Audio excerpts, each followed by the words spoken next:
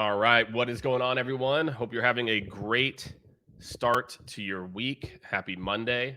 Maybe you've already been at it for a little bit. Maybe you're one of my friends from overseas. And so you've been at it. Maybe your day's already over if you're out in APAC and you're just like chilling out. Well, if you're in parts of APAC, it's probably pretty late. So definitely looking forward to our conversation today. If you all don't know, and you're just kind of joining me now for the first time, I'd encourage all of you to make sure if you go to my profile, you can hit the subscribe button every Monday, not every, like 85% of Mondays at 12 o'clock Eastern. I either am joined by someone who I think is doing some amazing, interesting things, or just talking solo about a topic that's top of mind. Maybe that's something that's come up in our own internal company or something with our clients. For those of you who don't know, I am Jake Dunlap. Well, you obviously know I'm Jake Dunlap. You're on my profile. And I'm the CEO of Skaled Consulting. We are a global consulting firm focused on helping companies to optimize parts of their revenue engine. Think like RevOps, which is that beautiful mix of process and technology.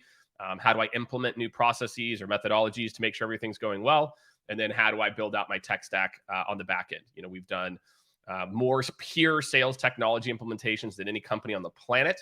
So we have a really good mix of both, call it process and tech as well. So really excited for the conversation today, which is really about, this kind of age-old topic about keeping people inspired or doing your best. There's a lot of talk around the idea of motivation. And I think motivation is certainly one of those words where it gets tossed out a lot, oh, we got to motivate our people. And I think the actual reality is it's actually more about not demotivating people, meaning people have a fire or they don't. People have whatever level of inferno they have inside of themselves already. And with a lot of organizations, it's just as much about not throwing water on it as it is about helping to find ways to fuel it or to enable them to feel more fulfilled as a part of it. So I've got some pretty great talking points. As usual, everyone, when you join, go ahead and let us know where you're joining from. It's always fun for me to see where people are from. If you also want to let me know your role, sometimes I can see your role from your LinkedIn profile. Other times I'm like, I'm not 100% sure. So I'm going to be in the comments this whole time as well as I go through this. So as you all go through it, drop your questions on staying dialed in 2022.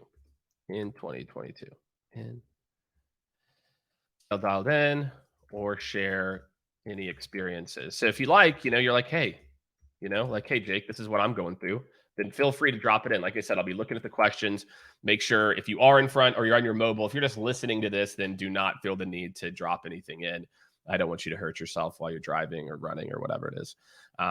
So cool. So I'm going to start at the top. So the first thing I'm going to talk about is what's up, Mark from UK. Mark Wall's in the house. Mark, good to see you, man. Appreciate you joining. I'm going to start at the top. And again, what I'm going to do this is my view is somewhere in the middle in terms of if people can one human motivate another human. I'm somewhere in the middle on this, meaning I believe that there are spurts to where I can get you hype.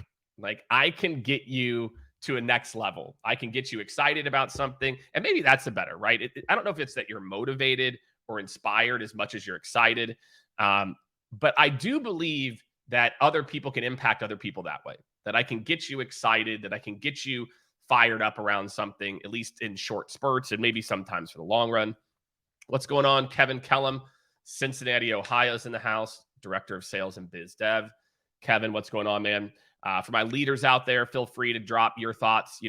Is motivation real? Can you motivate people? Because on the flip side, just as much as I said that I think I can get someone motivated in spurts, what I've seen in my career is that although I can get them to keep going, if the fire doesn't start burning now, and it doesn't help to stoke the fire, over time, that person also gets burnt out. Christopher, don't call me Keith Sweat, is in the house from Boulderado. That's a much easier way to say Boulder, Colorado, by the way. So Christopher, what's going on, man? So that's my thought on motivation is that, again, I think I can stroke the fire and like stroke or stoke, stroke the fire. It's just kind of like flesh things out versus flush. That took me a long time to figure out that one as well too. Um, so to me, I'm going to try to share with you the things that I've used in the past to hopefully not maybe just like I said, just as much as it's about adding fuel to the fire, it's about not putting water on it as well too. So first, I'm going to start at like the exec and VP level. So one of the things that I realized, and I would say still, if I'm just being perfectly honest with myself, I am I'm like mediocre. I think I could do better. Rolf's in the house. What's up, Rolf? Go Chiefs. First preseason game. Mahomes looked on point. Even though we lost, it doesn't really matter. It's like 4 string versus 4 string. So, Rolf, what's going on, man? Good to hear from you, man. And for me, one of the things that I've found, and again, I don't think I do a great job of this, and it kind of reminds me, like in our next all hands, I better do like talk more about it, is my job at the executive level is really helping to make sure that the company has a clear North Star. What is that 3 to 5 year direction? And does everybody at the company know it? To me, motivation can come in a lot of different forms. And one of the big ones that I've seen that actually does a good job of driving motivation is just clear expectations, clear vision. So, again, what's the vision? If you are in a senior leadership role, I want you to really think about it. And I'm going to make a note for myself. What's the vision? Talk in all hands. Because again, I think I need to do a better job of this. So all hands deck. Note to self, right? I learn from myself sometimes, or I'm reminded by myself sometimes. So that's number one. If you are in a senior leadership and you want to, again, help to motivate your team, then make sure that it is very clear. It's of course it's clear in your head, or maybe it's not. But if everyone knows what the North Star is, they can all run independently. They don't have to worry about like, oh, did I do this right? Did I do that right? Etc. So that's number one, right? And then the kind of the next level down, right? When I think about this, is when people know what the North Star is, it allows you to make sure that you've got the right type of people that are all aligning together. So what do I mean by that? So like, let's say if you've got sales and marketing, they're trying to collaborate, right? And I think that's where this term kind of the grind comes from. If like you're over here grinding on what you think the North Star is, they're over here grinding on what they think they should be doing. And instead, if everybody knows what the North Star is, and hopefully compensation and other things are tied to that whenever possible, then really everything can run in the same direction, right? Everything can run, as fast as humanly possible in the same direction. So at the VP level, candidly, that's the most important thing that I can see. If you want to keep your people motivated, and maybe the next one I put in there is transparency. It's interesting, and I'll share kind of a personal story at Scaled. We had, again, like a miscommunication where in my mind, I had thought we were being very transparent about pivots that we had made in direction. And what I realized is I had been transparent, but I hadn't necessarily acknowledged that it wasn't a pivot for some people and it was for other people. And I didn't even think about it because it just felt like, hey, everyone understands this is a natural direction. So if I had to throw in a bonus one, I'd also say transparency. So there you go. Those are my two. I'll drop them in the chat here. Again, make sure drop in where you're calling in from, joining from. It's so funny. A lot of people are like, why would he say calling in? It's like, that's what people used to do, back in the day. So for execs, two things. It's North Star, clarity for all groups, and transparency to increase or not decrease motivation. That's kind of point one. All right. So I hope that helps some people out there that, again, are trying to think of new, different, exciting ways to get their people motivated. Again, if you are an exec, I'd love to hear from you. If you are someone who's a leader or senior leader, if you've got things that work for you, fantastic. I love it. Let's talk about those too. Okay, so now let's go to the next level, which is directors and managers, right? And it's very interesting. I see a lot of directors and managers. What's the right verbiage here? I think I see a lot of directors and managers sometimes feel like, well, I'm not the CEO. I'm not the whatever. I'm not the person who actually sets, a lot of this stuff. The reality is the way that the vision or anything is actually kind of consumed in an organization is from the interactions and reactions with the frontline manager and director. Meaning, at the end of the day, whatever people feel um, motivated by, or whatever people, even if the executive team feels one way, if your frontline and director level leaders aren't a part of that vision, or don't have clarity themselves, it's very, very difficult to actually get them to run forward. Barbara called out a great point here. Barbara, hope you're doing amazing. Appreciate you joining as always. She said, I asked my team and leaders how they're motivated. 1000%. And to me, this is a perfect kind of call out for this like manager director level. And I would say it's one of the things that's either made me very successful at this level or very non successful. Because there are definitely points in my leadership career I think I've done better at this than worse. That if you ask people, and here's the thing, sometimes it's a coaching conversation too, because sometimes people, um, like money is a good one for me. When people say I'm motivated by money, what I have found many times in my sales leadership career is there's an underlying thing that they're motivated by. Okay, cool. You're like motivated by money. Why? Why are you? Well, I actually, XYZ. Like, what does money mean to you? So, one of the things that I'll kind of call out for a lot of directors, managers, I mean, the same thing goes for exec teams, is when you're having a conversation with someone around what motivates them, be present, go deep. It's not just money. Okay, cool. Let's figure out how to make you more commission.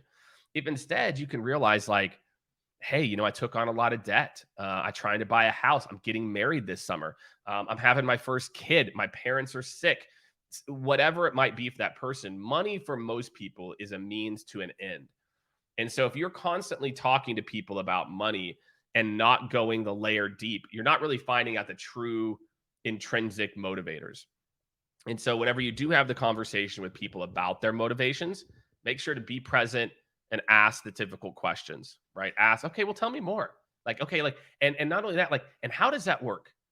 How does that work whenever it's X and when it's Y? The other thing that I'll say if you're a director or manager is, guess what? Motivations change over time. So if someone's been on your team for a year or more, and maybe it could be shorter term, then guess what? Life circumstances change.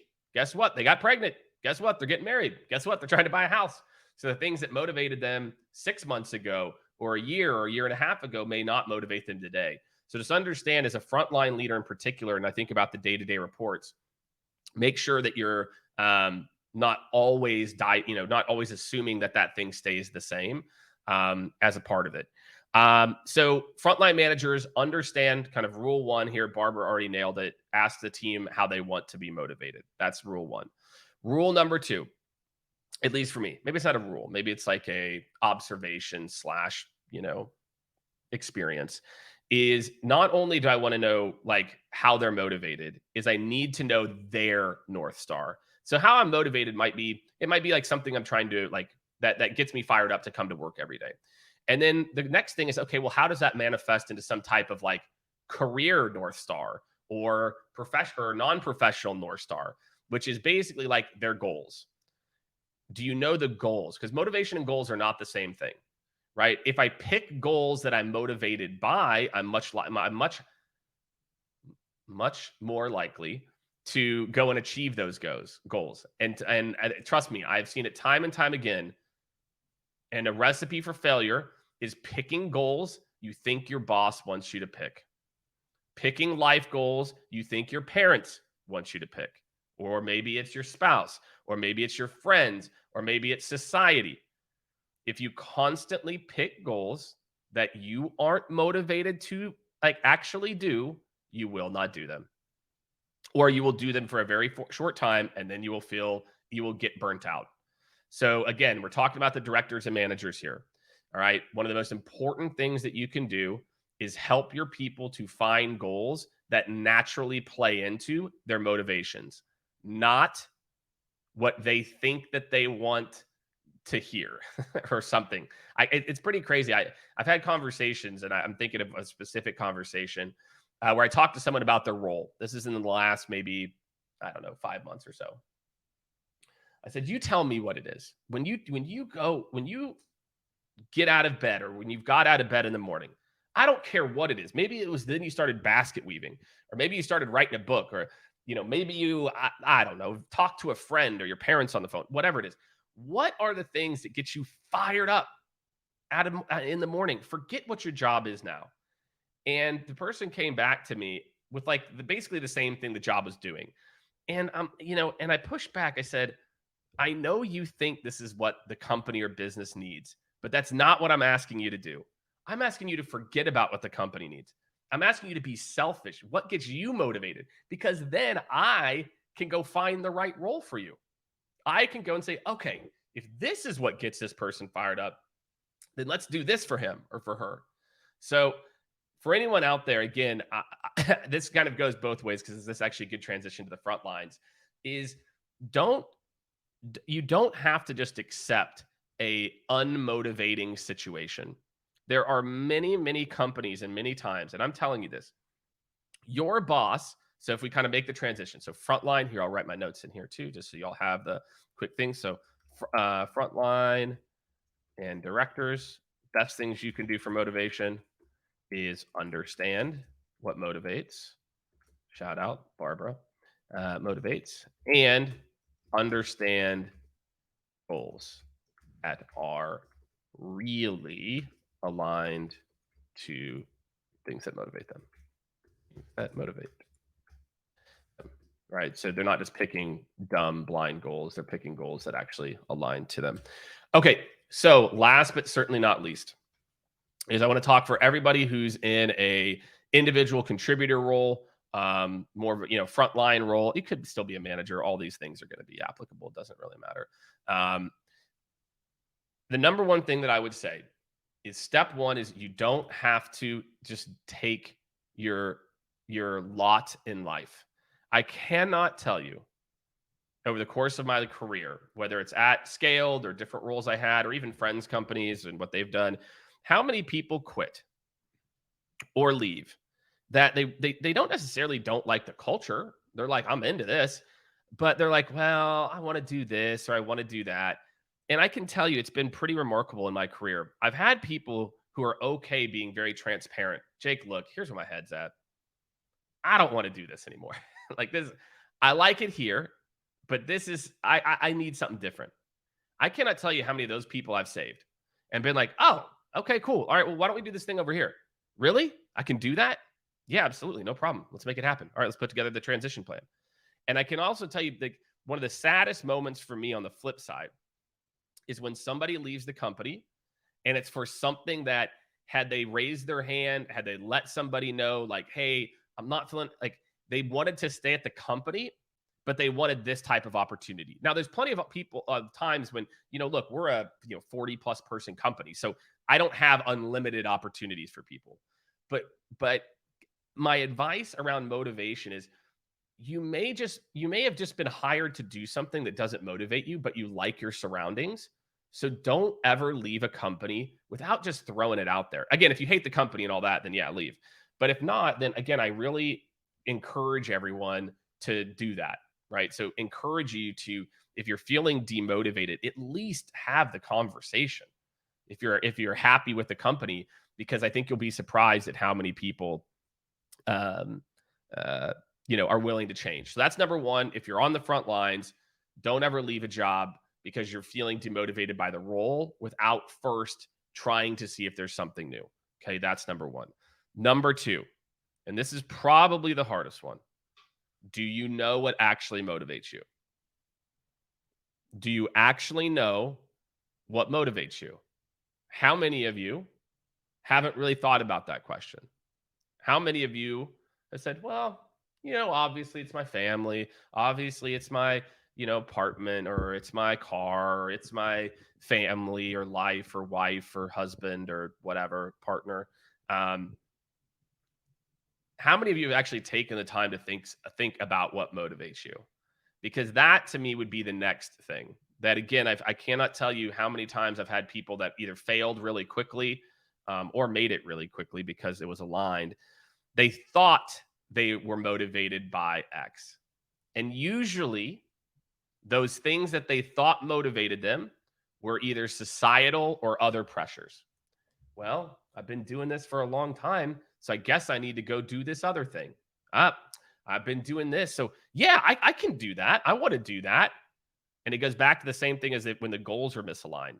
So if you haven't taken the time to really think about, and again, it's a very simple question. If I said, what are the things that you're doing? So I'll hear front line. Okay, there you go. All right. So I just typed it into the chat. So if you're going back and you're rewatching this, or maybe you're watching this afterwards, I always try to just drop some of my biggest learnings into the chat, because I know that that's what we want to go back to as a part of it. So anyway, so going back to this comment about what motivates you, really think about it, because and again, I'll share kind of a personal story here around myself. So I was vice president of sales at Glassdoor. It's still one of those like career experiences that I got. I didn't realize how fortunate I was at the time. It ended up being a great kind of career catapult for me. But one of the things I realized while I was VP there is like I was pretty rough around the edges, meaning I was very good at building the repeatable sales process, finding really high quality talent, training really high quality talent, getting the most out of people. But I also was like pretty demanding is probably the right, yeah, demanding at Glassdoor, especially with my peers, my CFO, CMO. I was just like, well, I'm over here in sales doing my thing. Like, anyway, I was a little rough around the edges. And, I realized that. And so I had an interview with a company based out of New York. My wife and I were like really considering, not staying in San Francisco. And so this company was very, oh, what's the word? Like consensus based decision making. A lot of like, and I'm like, oh, okay. Like these guys are very much, collaborative and soft around the edges. Like, well, this will be good. This will be helpful. Because again, I think for me, I've always been motivated by growth, right? And there's such a thing, I'm referring to myself here. It's called the Peter principle, which it's kind of sucks if your name's Peter, by the way. And the Peter principle, let me see if I can find a link for it here too. I'll drop it in. For those of you who don't know what the Peter principle, isn't that it? Oh, there's a whole book about it. Wow. The Peter remembers that. It's that members of a hierarchy are promoted until they reach the level at which they are no longer competent, which is kind of great. And so that's what happens, right? And sometimes we think we're motivated by growth. We think we're motivated by like the next thing, etc. But for me, like I thought I was motivated purely by growth, and so I looked at this new growth opportunity and realized like I was so demotivated throughout. I'm like, what? Like how is like, and it didn't work out. I was gone in like within a year. And so I do think when you think about what motivates you, it's a really important exercise to really think through and really try to understand that for yourself. Because at the end of the day, you own your motivation. I'll repeat that. At the end of the day, you own your motivation. It is not your boss's job to motivate you. They can help. It's not your spouse's, right? Hopefully they can support you and they can get you again. I think it is definitely possible to motivate people in short spurts. But at the end of the day, if you're not motivated by it, you're not going to perform. It's like that coach. There's certain players, they love it when that coach gets on their ass. Love it. Other players, it gets them fired up for a little bit.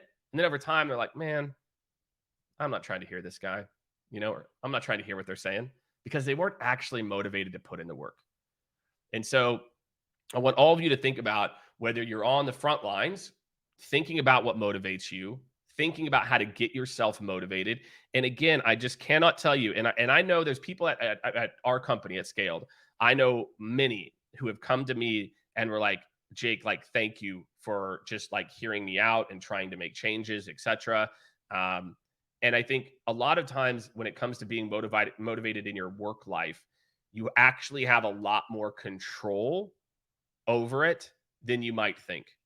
But you have to be able to have the conversation and realize, like, look, most leaders or bosses are not assholes. Most of them want you to be successful. They want you to be motivated. And look, if it's not a fit, it's not a fit. That's okay too. That happens. but at least you can say, hey, I tried to align my work to what motivates me most. And, the last thought I'm going to leave you all with is around just a mindset principle around what's called proactivity. And I've been rereading. If you saw, I did a post. When was that? Wednesday. I've got the follow up post actually going out today. It's day 5. And proactivity is this idea that I can react to people, etc., or I can proactively control my emotions and how I respond or don't respond.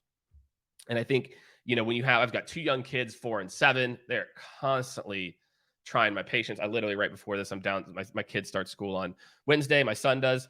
And I'm like, all right, dude, hey, good news. You could actually get all your chores done for the week today. Eh, eh, eh. He's going into 2nd grade. And it's so easy to react and be like, dude, just go do the chores. Because sometimes it feels like that's what it takes. And a lot of us feel like that's what it takes in our professional lives too, to be like this, very direct, etc. I know I default to that. So proactivity for me and what I'm working on that's really tied around this idea of motivation is that, and it goes back to what I was saying, is that it's not relying on other people's stimulus to stimulate me 24/7 and not responding, either overly excited or overly reactive or sad or aggressive or whatever that reaction might be, and really trying to take ownership over my own actions and reactions.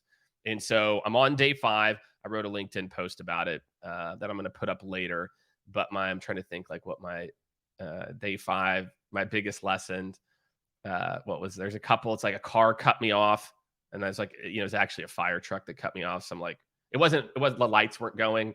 It was just like, I don't know, and there's just so many moments. What this has done more than anything has made me very aware of just how easy it is to get demotivated or motivated from other people, or reacting or not reacting based on other people. So for all of you, hopefully what I've given you today are some ideas, techniques, some like food for thought around motivation. But at the end of the day, you control your motivation, right? The book's right. It's 7 Habits of Highly Successful People. If y'all haven't read it, it's a very, what do you call it? Like a very like oldie but goodie, 7 Habits of Highly Successful People. And that's where this concept of proactivity comes from. So yeah, go check that book out if you haven't before. It's a great book. And so I hope this helps some of you, right? Whether it's like, hey, you're in a leadership position, you're like, how do I motivate people? It's not the shit that you think it is. It's not, you don't motivate people by saying things like, all right, let's go do this. Da, da, da. Again, it works in spurts, but it is not long-term motivation. If you're at the exec level, think about, do I have a clear vision? Do people know what's expected of me? This stuff seems elementary, but it makes such a big, big difference. If you're at the frontline level, do I really know my people? Do I really know what they're trying to achieve? Do I really know what they're motivated by today versus tomorrow or a year from now? And if you're on the front lines, take control of your own motivation. Don't be reliant on anyone else to light that fire but you. And I'm telling you, all of you have something that will light a fire, right? You may just not be doing it right now. So for everyone out there, I hope this helps. So a 30-minute Monday, let's get fired up. The other thing I'd kind of advise you to do, if you want, go check out my podcast. New episode just dropped today. Please, if you want, make sure to subscribe. Whether it's on Apple or Spotify, make sure to hit the subscribe and download. It's really been great. I think we're touching a lot of people with it. Would highly encourage everyone to go out, take a listen. We actually are talking about a very similar topic today. So today's topic is about renegotiating. Oh, such a spot on, what do you call it? Such a spot on, like, compliment to this conversation. Half of, I find, people's stress is they suck at renegotiating, which is, oh my God, I took on too much. And instead what they do is they say, oh yeah, I didn't get that done. I'm telling you, if you move up in life, dude, that is like, that is a superpower. I'm like, look, I know I said X, instead I'm going to do Y, and here's why, and here's where I'll get this thing done by. Is that cool? Everyone's like, yeah, great. Because that shows them that I got it. So it's mini episode Monday. It's only 9 minutes. So we'll hang up here. I hope all of you have a great Monday. Go ahead, check out the link in the podcast. Please go like, subscribe, do all that stuff. You can check out the YouTube channel too. That thing's been blowing up. I'm doing a lot of shorts there. It's one of the things I kind of miss about LinkedIn is that I can't just send out a quick short message or something like that. So if you want to see some interesting things I'm doing on YouTube, some kind of quick daily notes, go make sure to check out the YouTube as well. I think we've got a Bode thing where you can subscribe to all of them, but I'll make sure we get that for the next one. What's up? What's going on in Tanzania? Tanzania's in the house. I love it. So cool. Appreciate you, everyone. Have an amazing, amazing Monday. Go check out the podcast. Perfect compliment, 9 minutes long to get your head in the right mindset about taking control of your own environment. Have a great rest of your day and week, and we will see you. Actually, hold on. There's one more thing. I almost forgot. My marketing team would have killed me. Where is it at? She sent it to me. Where's my notes? There that is. There is another webinar that we are doing as a part of this. So just click all these links where it's keeping your sales team thriving. So we'll definitely talk about some of these topics. Another one is the Modern Leader podcast. Or sorry, not podcast. Well, maybe we'll turn it into a podcast. But Modern Leader is basically a weekly series I'm doing. There's a newsletter. There's a LinkedIn newsletter where you can get all of my kind of latest tips or advice around leadership. So make sure there's just 3 quick links. If you're around Thursday, tune in. Me and the CEO of Speckit are going to talk about, sink or swim, keeping your sales team thriving in a downturn.